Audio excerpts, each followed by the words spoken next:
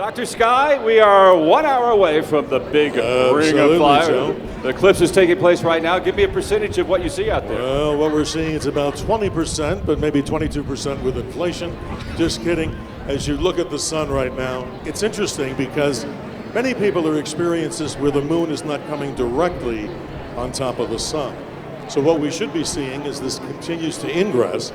The interesting thing I wanted to mention, Joe, is that when this event takes place with the ring of fire, not just to look at the sun and the moon, but experience, and this is Joe's department, his specialty in the meteorology world. Look around because you're going to see one of the most amazing, surreal daytime, almost like a dusk. Yes, which is it's going to be incredible. absolutely perfect. It is amazing. You know, and Dr. Sky was telling me a little bit, Joe, I hope that cloud doesn't go over, but the clouds we have right now are very high clouds. Yes. And we viewed the total eclipse in, what was it, 2017? 2017. Yeah, we were in the partial view of that, I believe. But we had high clouds, we had mid-level clouds, and even with mid-level clouds, you could look through these glasses and see a pretty good sight. I mean, it gave you different colors of this eclipse as it was going in and out of the clouds. This is true. Right now, all we have are high clouds. And high clouds are up to, let's say, 25,000 feet. Up there, it's made of ice crystals. Yes. So if we ever did have some high clouds go over the sun, it's going to be a spectacular sight. It's going to be kind of a neat little ebb it will put on the whole thing. So don't worry about any high clouds. Hey, tell me, so when it gets in the darkened sky, should we look at it for the whole 4 minutes and 50 seconds, or should we look around and observe other things? No, as I mentioned before, Joe, take a look around because the environment, you never get to see this surreal kind of a twilight almost. Total eclipses, of course, you see this amazing thing. But at total solar eclipses, we've been to many around the world, what you see is you're looking directly as you're looking now at the sun and moon. If you turned around during a total eclipse, Joe, it's amazing. You see the shadow of that moon racing at you like something that you'd actually see, maybe you think it's like a special effect in a movie studio. But for this one, obviously keep the solar glasses on during the annularity because that percentage of sunlight is still something you don't want to damage your eyes, especially the young children, you want to keep them on. An amazing event, so much to talk about with eclipses, Joe, and again, more than 20% now of the moon encroaching on the sun as we move into the shadow of the moon. And another thing that's interesting, we're so fortunate because the band of darkness, or where that little footprint of shadow is, it's only about 130 miles wide. Oh, yes, yeah. So naturally, the farther you are away from that shadow line, you'll only see, like in my hometown in Phoenix, they're only going to see 85%. And in New York City, back for 77 Talk Radio WABC, they're going to see only 35%. Was that 770 KK? We have a 770 KKOB out here. You do, and so it's when a you great say station. 770, I just think you're going to go to There that you go. thing. There's a lot of sevens here. And a lucky Frequency. 7. There you go. Hey, so Dr. Sky, what are the bright, we have some bright planets in the sky right now. We sure do. I'm guessing when this eclipse is taking place, those planets are really going to be bright in the sky, I'm guessing, right? Yes, the night sky, we always talk about, we call it the live sky, Joe, and everybody, if you're out there in the evening, two major things that are happening right now that are interesting. Saturn is high in the southeast. It looks like a fairly bright star, nothing super bright. But the real showstopper is the planet Jupiter. So when you look in the eastern sky by about 9 o'clock, that white bright object that you're seeing is the mighty planet Jupiter. Right now, a little over 380 million miles away from the Earth. And last night, at a public event that we did here, an eclipse party, I brought my very powerful laser that shines about 20 miles, and yes, we keep it away from aircraft, people, and animals. But Joe, that light, as we travel through time and space, the speed of light, that light still takes about 30 plus minutes just to get from the Earth to Jupiter. But if you have binoculars, look at Jupiter because you'll do the same thing Galileo did, ancient history. Wow. January 7th of 1610. Galileo first observed these three little moons, now fourth one. These are beautiful. So for everybody out there, if you have children, if you have a telescope, every age group, these are beautiful things to see in the sky. It's an amazing time to be able to see the sky. Even in light polluted cities, you can see Jupiter and so many of the other planets that are in our heavens. In the morning, to close off, that bright object you see in the east, high up about 45 degrees, that's the planet Venus. And who is she? She's the goddess of love and beauty, an amazing planet. But in Joe's area with forecast, always accurate, always on time, and always there for everybody. Seriously, Joe, the weather forecast on the surface of Venus, every day, ladies and gentlemen, 915 degrees Fahrenheit. I'm from Phoenix. I got out of the epicenter of hell. We had temperatures of 110 for over 50 days. So Joe, you give great forecasts, but the Venusian forecast, that would be the same thing every day, but you'd still want to watch Joe Diaz. Dr. Sky, thank you so much. How many people traveled 100 miles to get to the Albuquerque International Balloon Fiesta? Raise your hand. Okay. How many people traveled 500 miles? Raise your hand. 1,000 miles. 2,000 miles? Impressive.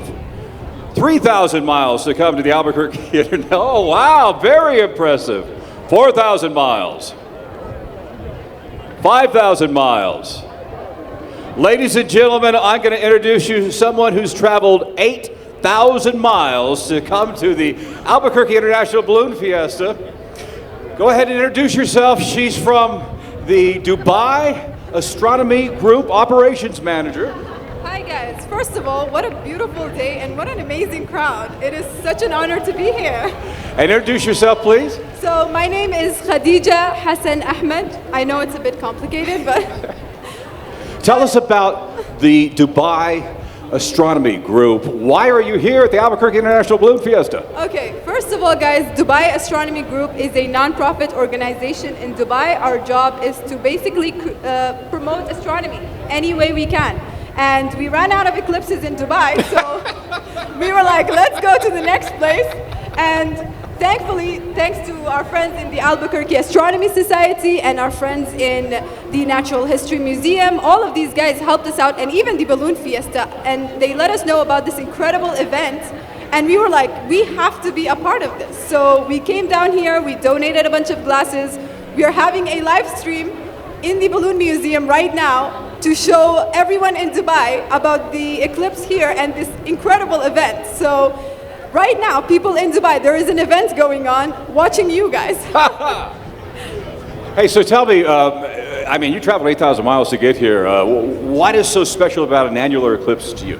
So first of all, the eclipses are such a rare thing. So this doesn't happen any day or yearly or at all. It's so rare. And the fact that this is the annular eclipse, so you guys will get to see the Ring of Fire, which should be, I think, less than an hour from now. Yeah, 10:34 it starts, and it's yes, what, guys, 9:50 right Try now. not to miss that. That is the most incredible thing to see. We've seen one in Dubai, and, well, actually Abu Dhabi, which is 20 minutes away from us, and I missed it. So I'm here to watch it with you guys.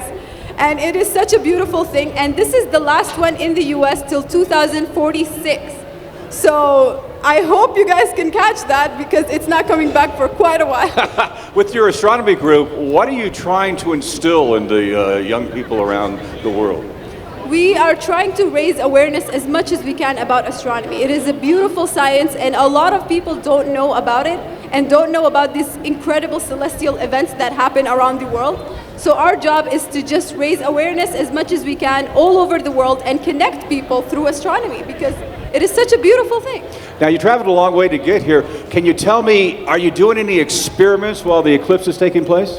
So we did not have time to do any experiments or anything like that, but we have other people from the NASA Punch program. They're doing experiments and they're sending the live feed to us directly, which we are also showing in Dubai.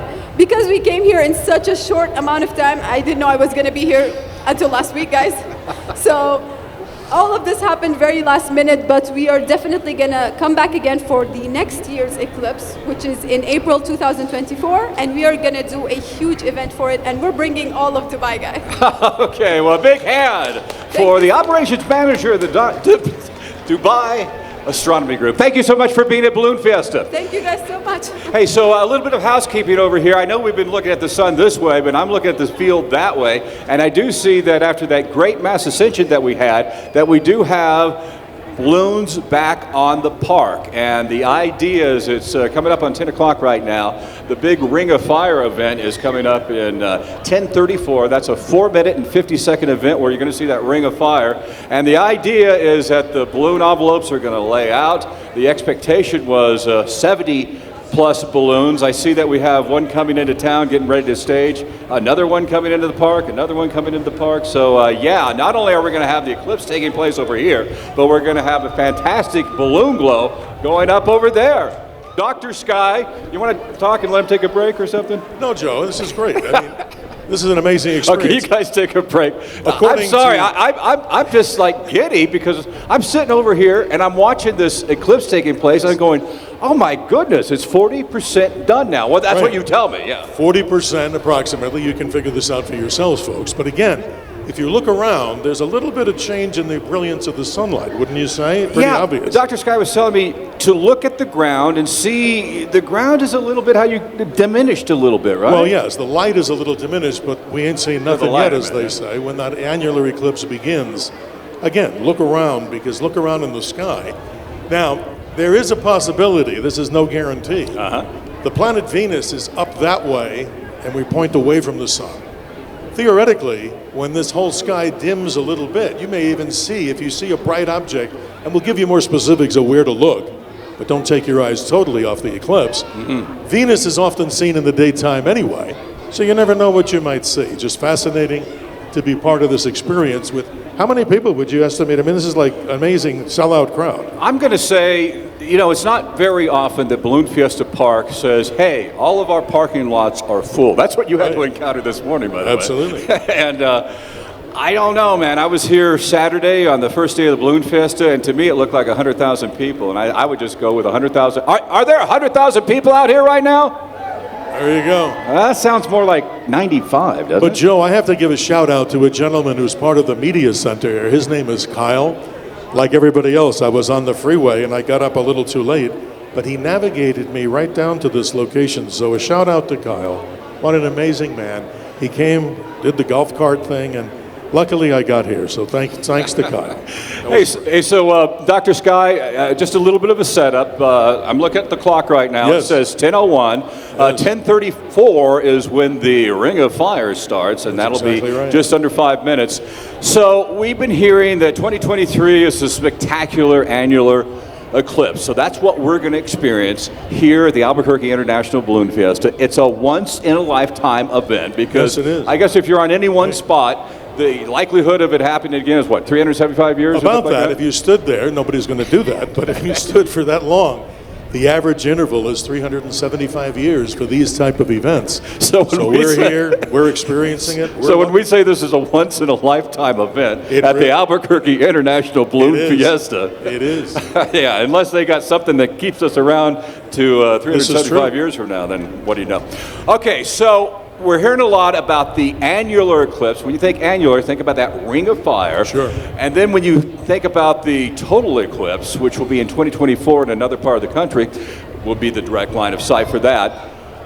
That's all involved with how the moon goes around the Earth. The moon orbits around the Earth, but when it orbits around the Earth, it doesn't do it in a perfectly circle pattern. Absolutely not. It's more of an ecliptic pattern. So think about the shape of an egg. Correct. You know, Good analogy. Yeah, if you draw that out, explain the difference between annular and total, thinking about that orbit, which is elliptical. Well, Joe, you bring up a good point. As the moon turns around the Earth, and remember, the same face of the moon faces us all the time. That's another story for another program.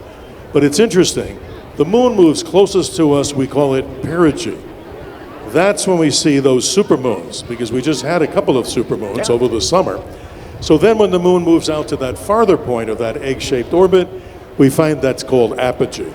So this particular eclipse right now, Joe, is actually 4.6 days after the moon was at its farthest. So it's simply, in simple English, it doesn't obviously cover the entire diameter of the sun. But what's interesting, I want to bring this up too.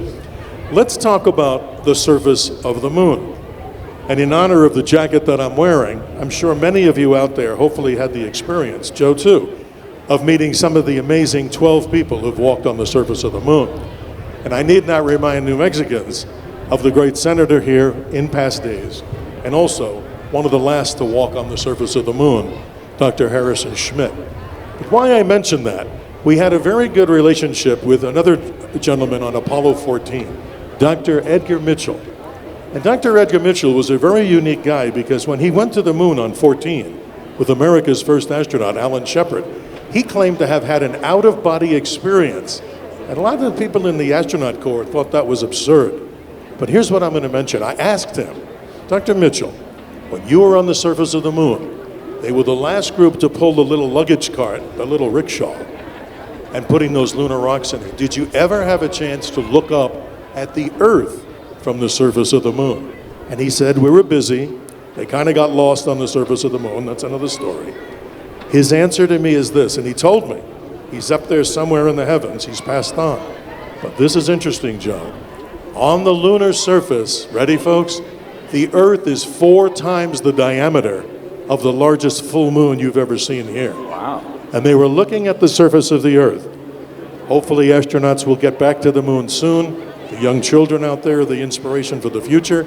But can you imagine, folks, 4 times the size of the biggest full moon you've ever seen here, they could see continents, lights of different cities around the world. But isn't that interesting? So if you're on the surface of the moon seeing this event, everything is reversed. So if you saw a lunar eclipse, those supermoons, if you were on the surface of the moon looking up, you would see the Earth in the center over the sun with another ring of fire. That's what makes the moon look orange. The light is bent around there. Hopefully, I'm sure, Joe, there's some young people in this audience right now. I predict, as you folks know better, they will be the next explorers on the lunar surface. Oh, wow. And that's amazing. What a future indeed. Very positive. Very, very good. Very, very good. Okay, we have this special lineup, Dr. Sky, that we've been talking about. And at 10:34, we have what you call, and as you've been explaining all morning long, that perfect alignment. Yes. And you mentioned that the moon itself is in its far orbit around us. Yes, And farthest, so almost farthest. we have the sun over here. Correct. We have the moon, and then we have the Earth. And as we brought up perspective-wise, think about the sun, if you want to get a ratio, as Yes. that big, large 20-inch pizza, an extra Correct. large pizza.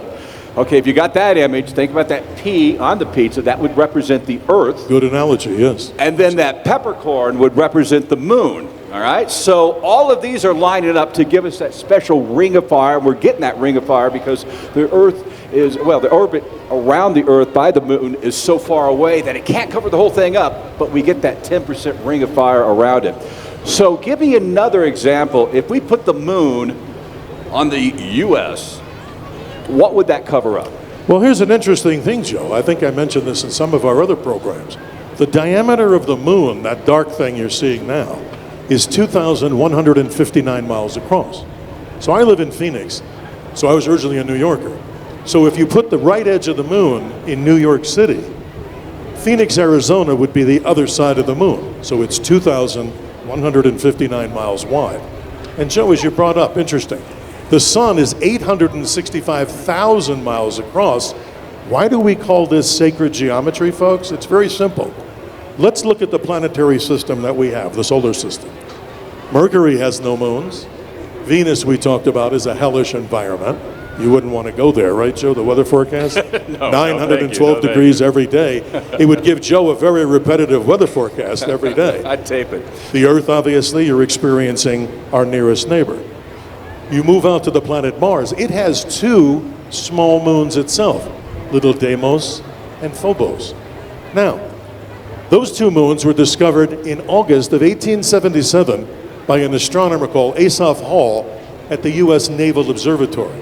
Why do I mention that? Because they're tiny little moons. From the surface of Mars, one of the rovers can actually see one of those little moons crossing the sun, but it's only for about a minute. Where else do you have, as we describe it, sacred geometry? 2 objects that come together, right, Joe? Oh, yeah. In this most magical, you need not have me remind you, you're seeing it. Coming together, if you go beyond that, beyond Mars, Jupiter has a plethora of moons. Saturn, another, amazing amount of moons. Uranus and Neptune, and unfortunately dwarf planet Pluto, which got knocked out of the planet. How many people out there are disappointed that Pluto became Yes, here for Pluto, Pluto, come on. I don't like the idea that it's considered amazing. a dwarf. That's not right. That's And not again, part of my life was celebrated in New Mexico, in New Mexico State.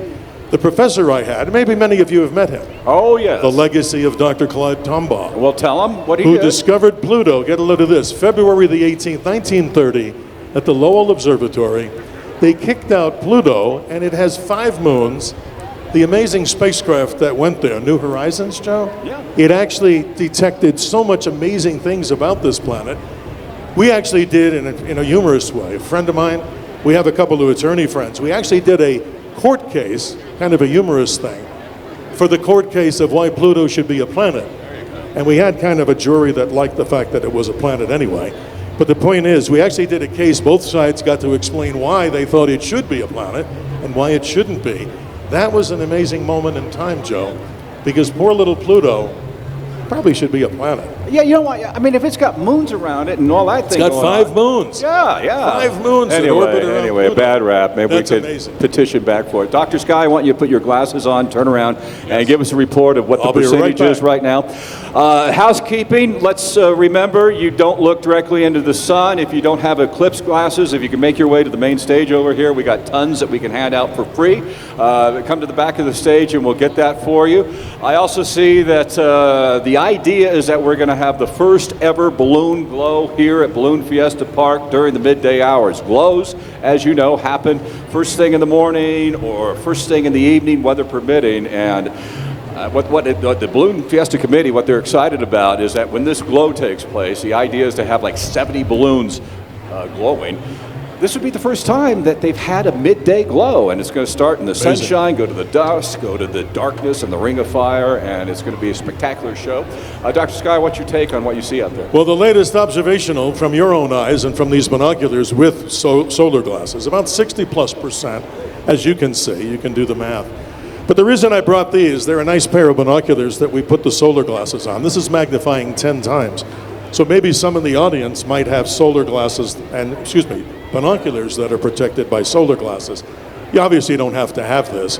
But as you might be able to see with the naked eye, here's a little test. If your eyesight is extremely sharp, and I'm sure many people have that beautiful gift, there's a small sunspot right below the curvature of where the moon meets the sun. So I'm wondering if people can see that, maybe with the naked eye, maybe not, but another interesting challenge as we move toward this, the shadow of the moon, here at this most amazing event, ladies and gentlemen. I'm honored to be here with Joe Diaz and all of the people. But you know what? How about putting our hands together for a nice way of saying thank you to all the people that helped make this event possible. This is just incredible. So thank you. Stay tuned, more to come.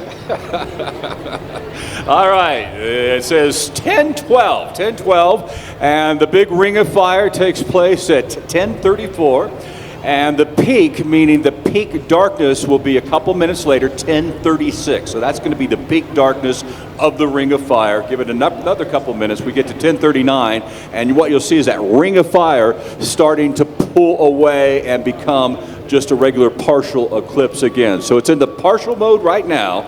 By 10:34, it will be in the annular eclipse mode, and it'll be there for 4 minutes and 50 seconds. And now we're going to give it back. What? There's more? One thing I wanted to mention, folks, and thank you, Joe, for letting me jump in. There's another safe way to view this eclipse, and I say this love for this children. part. This is This is fantastic. interesting. We demonstrated this in our media event.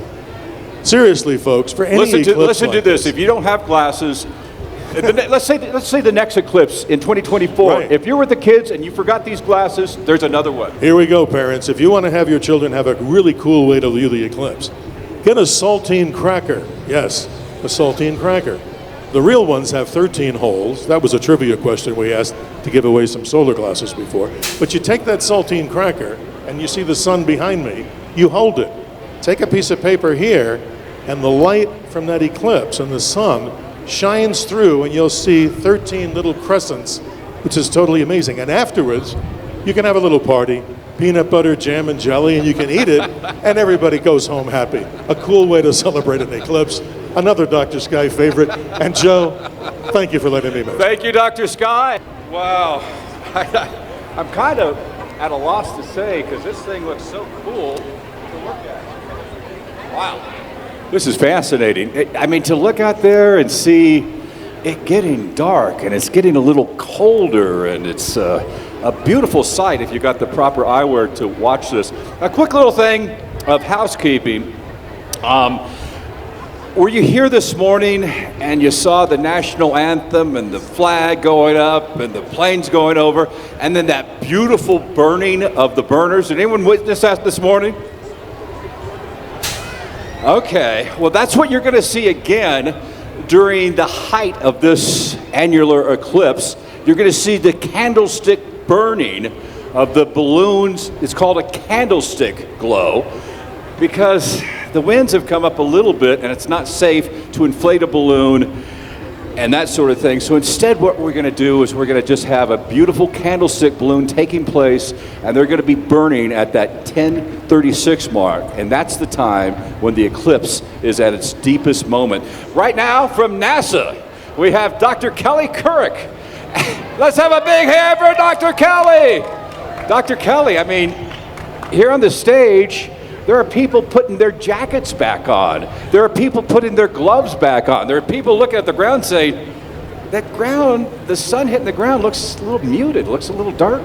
Yeah, those are all effects of the solar eclipse. So what you're seeing is as the moon is going in front of the sun, it's really affecting our eyes, and we are detecting it, that it is getting darker. And that getting darker also equates to getting a little bit chillier. And yeah, we could probably all use a jacket, another jacket or two, and maybe some gloves.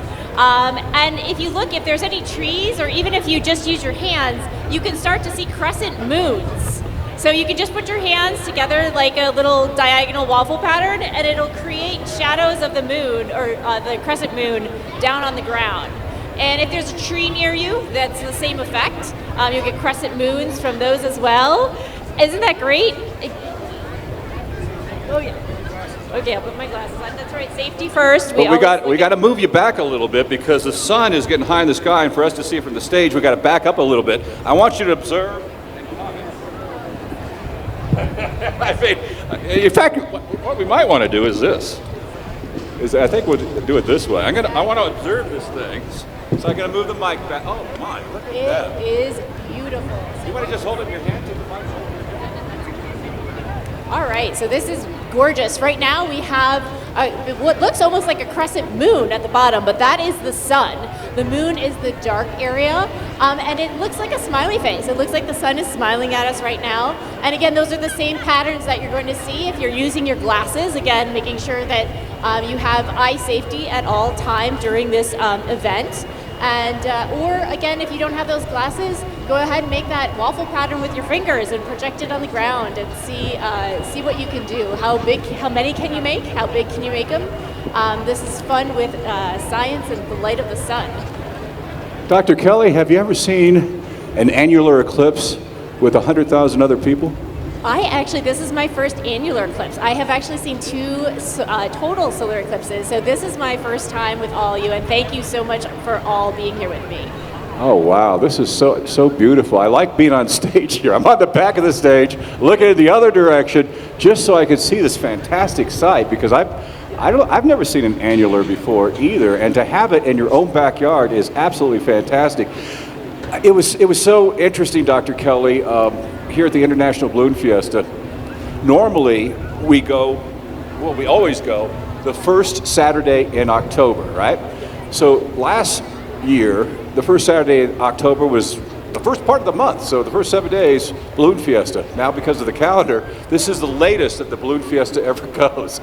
So can you imagine what the Balloon Fiesta committee was doing when they started studying about this annular eclipse? They go, wait a second, our Balloon Fiesta is going on. Well, will it go over Albuquerque? Not only does the direct path go over Albuquerque, but it goes over the North Valley, and that's where the Albuquerque International Balloon Fiesta is located. So this is a fantastic sight to see. This is absolutely amazing. Eclipses actually happen somewhere on Earth around every 18 months, but in a specific location, it can take 375 years to see one. So this really is such a special place in Albuquerque to see this, as well as our place in space in terms of the fact that we have a moon that can cover our star.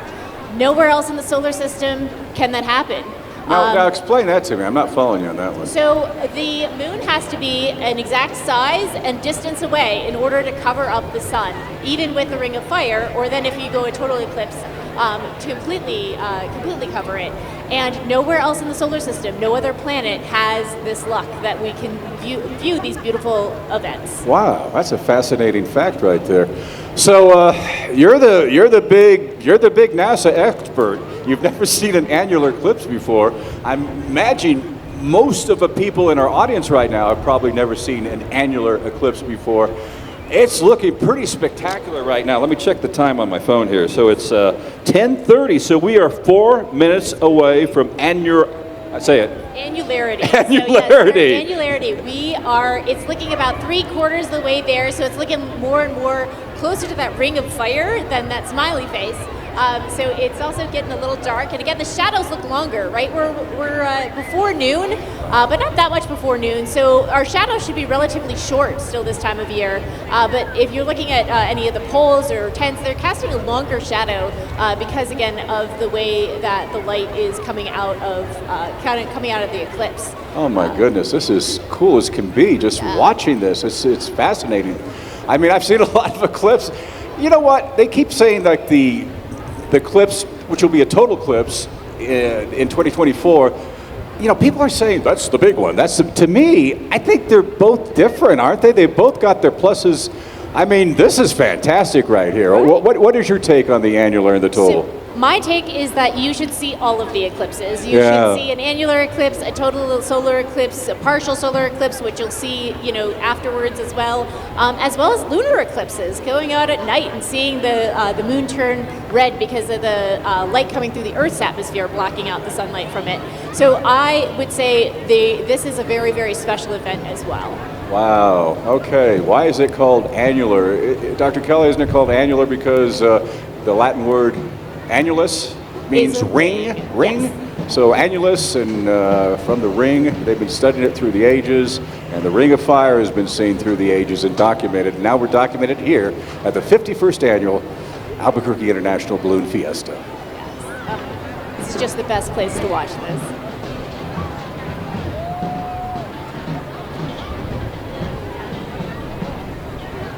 (10:32). We're getting 2 minutes away from annularity, so we're going to get that top. The top will also look like it's fire above it. The ring will complete itself.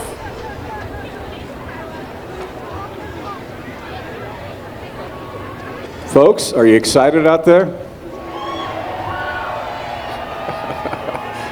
Once in a lifetime for all of us to be experiencing this at the Albuquerque International Balloon Fiesta.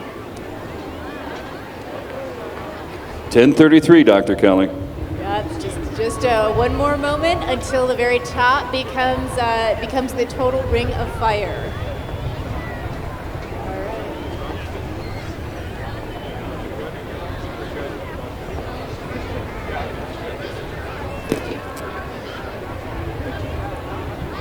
So close, it's just like a little bite out of the top now. So I want you to call it when you see it. Okay, Dr. Kelly? All right, I'll call annularity when I see it. Ringo, oh yeah, we need some Johnny Cash. Oh, so close. Yeah. I mean, we're just seconds away right now. We're very, very close. Oh, it's so beautiful. Now it's just like a little bit taken out. Oh, look how it's getting more brilliant. And closer. Oh, wow. my goodness. It's definitely the colors here are getting weird on the ground. If you're looking down, there's the shadows. It's cooler here. Oh, look at that. My goodness. So close. It looks like where a solitaire should be. So close. Oh, look at the crowd. The crowd is feeling it. The crowd is feeling it. There we go. Woo! Wow. Wow. Wow, that is gorgeous. That is well worth it. Oh, look at the candlesticks going up at Balloon Fiesta Park in honor of the and then turning annular around eclipse. to see all of that. That is amazing. Oh my goodness! You know what? They weren't hyping about this Ring of Fire thing. This thing is fantastic. This is again just another one of those times where you become speechless, just realizing how special we are here on Earth and how we really just all share this with each other and how. Oh, it look brings at that! It's curiosity. perfect. So now we are like. Perfect. Well, let me see. Let me check the I time. think we're maximum annularity. Okay, so we're at 10:35. So yeah, we're about less than a minute out for. Tell us about the max. Tell us about the max. So, Less than a minute maximum away. annularity is when there's most of the sun is actually covered by the moon. We're getting up to 99%, and that is just about where we are. Oh, look at that! So beautiful.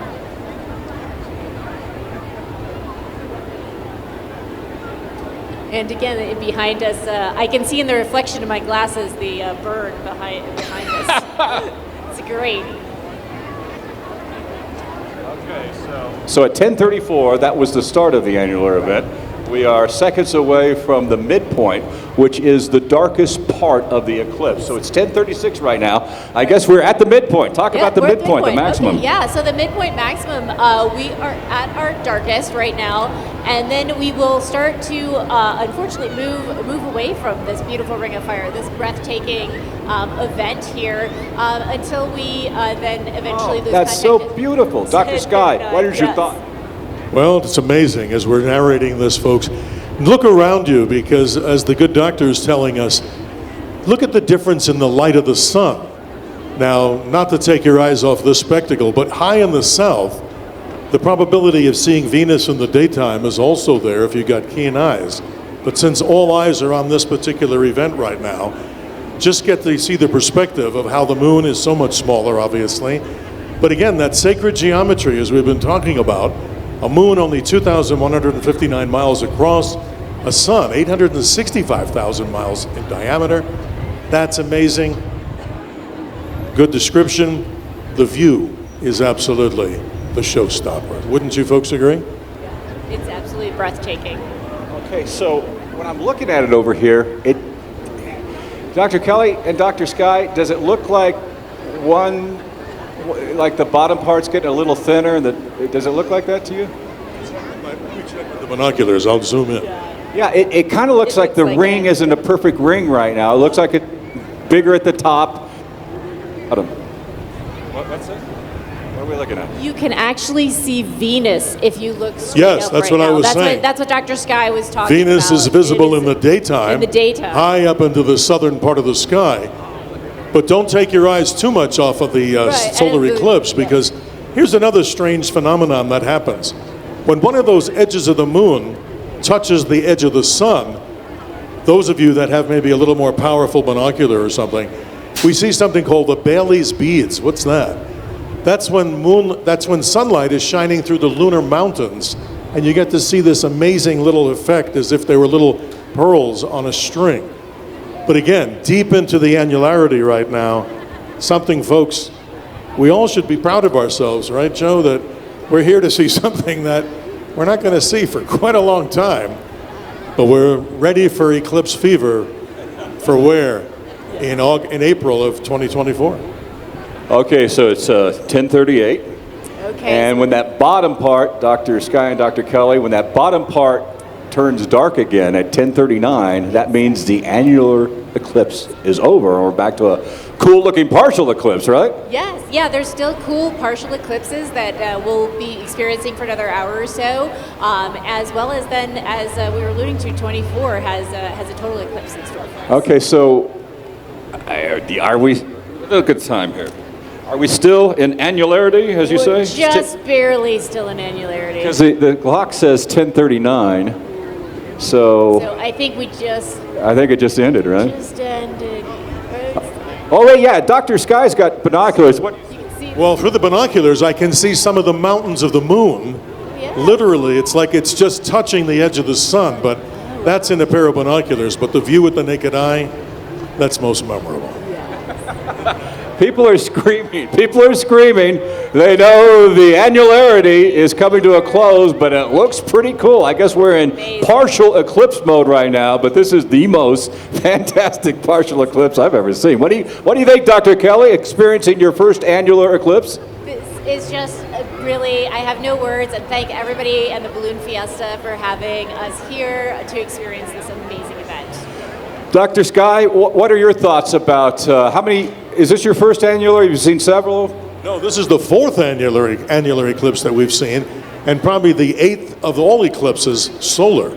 So we've had the first one, not to do a history lesson here, the first one I saw was March 7th, 1970 in Florida. So if you're old enough like me and we're in Florida, the problem with that eclipse was we drove from New York, got there, and where the recent hurricane came through, sad as it is, Perry, Florida, we were standing in a field with pouring rain in a dark moment in history. But there's many, many eclipses to come, and it's an honor. We want to thank all of the folks that have put this particular program on, and it's so amazing. Hopefully we'll see everybody, in the next one in April. Yeah, absolutely. When the next total eclipse comes, what are we going to see here in Albuquerque? That's going to be partial, I'm guessing, right?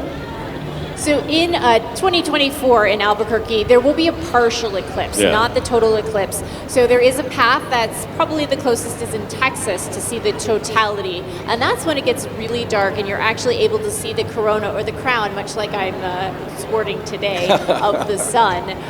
So it is a sight worth seeing. And so if you got a little taste of solar eclipses today and really like it, please keep watching, keep tuning in about the total solar eclipse in April 8th, 2024.